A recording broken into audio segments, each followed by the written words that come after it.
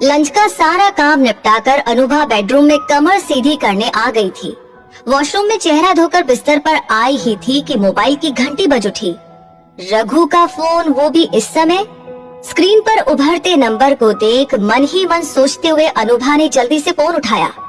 रघु ने कहा, अनु यार, एक गड़बड़ हो गई है। पति रघु की आवाज में काफी बेचैनी झलक रही थी। गड़बड़ी? कैसी गड़बड़ी हो गई है? अब साफ साफ बोलिए ना, मन घबरा रहा है मेरा। अनु, दरअसल कंपनी के नए वाइस प्रेसिडेंट को मैंने आज बातों ही बातों में घर पर डिनर के लिए सपरिवार इनवाइट किया और वो तुरंत तैयार भी हो गए। अरे ये तो खुशी की बात है, आपने बेवजह डरा ही दिया था। चलो तो फिर मैं करती हूँ रात के खाने की तैयारी। ये कहते हुए अनुभा मुस्कुरा रही थी। अनु अनु अनु, तुम्हें बात की गंभीरता समझ में नहीं आ रही है।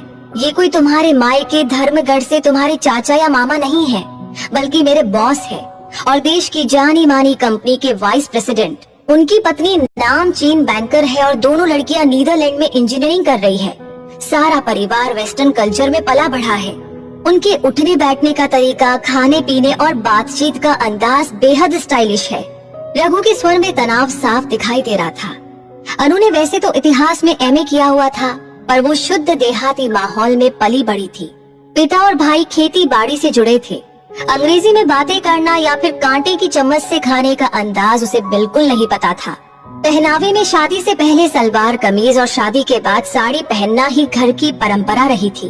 तो रघु के परेशान होने का कारण तो अनुभा को समझ आ गया था, पर खुद उसे मेहमानों के स्वागत में कोई भी कठिनाई नहीं दिखाई दे रही थी। अनुभा ने कहा, आप बिल्कुल चिंता न करें, बस मैं किचन के कुछ सामान की लिस्ट आपको भेज देती हूँ, आप आते समय लेते आइए। अब जब उन्होंने आने का बोल ही दिया है तो स्वागत तो करना ही है। अनु ने रघु के तनाव को कम करने का प्रयास किया था।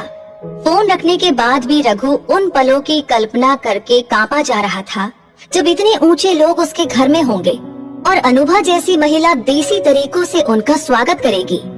पर तीर कमान से निकल चुका था।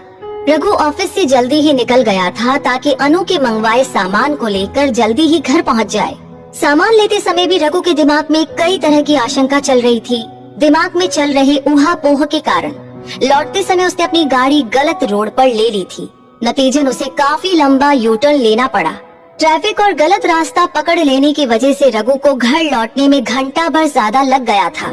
घर पहुंचते ही कंपाउंड में बॉस की मर्सिडीज देखी तो वो दिसंबर की ठंड में पसीने पसीने हो गया था। घबराते हुए अंदर आया तो हॉल में कोई नहीं था। चाय के बस खाली कप पड़े थे, पर किचन से बातचीत का शोर जरूर आ रहा था। रघु जल्दी से किचन के पास पहुंचा तो जो कुछ उसने देखा वो उसे ख्वाब सा लग रहा था। बॉस का पूरा परिवार अनुभा के साथ डिनर की तैयारी में लगा हुआ था। एक स्टोव पर भिंडी फ्राई हो रही थी तो दूसरे पर पुड़िया छन रही थी। आलू मटर की सब्जी बनकर तैयार थी। बड़ी बेटी मिक्सी में धनिया पत्ती की चटनी पीस रही थी तो बॉस खुद प्याज काट रहे थे। सबसे बड़ी बात ये थी कि सभी सारा काम बड़े आनंद के साथ कर रहे थे। अनुभा बड़ी सहजता के साथ सबको बताती जा रही थी कि किसमें कितना मसाला डालना है, भिंडी कितनी देर फ्राई करनी है, अदरक कहाँ रखा है और काला नमक किस डिब्बे में है। रघु का शरीर और दिमाग जैसे पाषाण हो गया था। सर, आप ये क्या कर रहे हैं? यहाँ तो काफी गर्मी है, आप सब हॉल में बैठिए, हम दोनों सब कर लेंगे। रघु बॉस के हाथों से प्याज काटने वाला चाकू लेते हुए गिड़गिड़ा रहा था। नहीं नहीं रघु, आज हम ये अवसर जाने नहीं देंगे। जाने कितने सालों बाद, आज कॉलेज लाइफ के बाद खुद बना करके खाने वाली जिंदगी को फिर से जी रहे हैं हम लोग। हर जगह डिनर या लंच में हम दुनिया भर की भारी भरकम औपचारिकताओं के बीच फंसकर रह जाते हैं, पर तुम्हारी पत्नी की व्यवहारिकता से आज का डिनर स्पेशल हो गया है।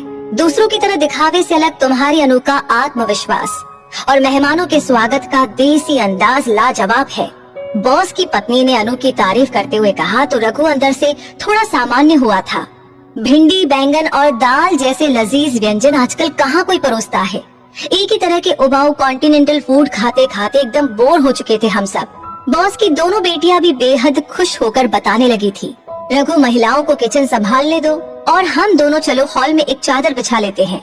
आज तो चादर पर बैठकर डिनर करेंगे हम सब। एक के बाद एक आते सरप्राइज ने रघु को दंग कर दिया था, पर रघु आज अनु को लेकर कितना गौरवान्वित हो रहा था। वो गांव की साधारण देहाती महिला समझकर जिसकी उपेक्षा करता रहा था, उस अनु ने इतने बड़े कॉर्पोरेट परिवार के वेस्टर्न स्टाइल में खुद घिरने की बजाय सभी को अपने देसी अंदाज में ढाल लिया था। तो अगर आपको ये वीडियो अच्छी लगी हो तो इसे शेयर जरूर करें और वीडियो से आपको क्या सीख मिली कमेंट बॉक्स में लिख करके अपनी राय जरूर बताएं। और ऐसी ही और वीडियोस देखते रहने के लिए हमारे पेज को फॉलो करना न भूलें। धन्यवाद।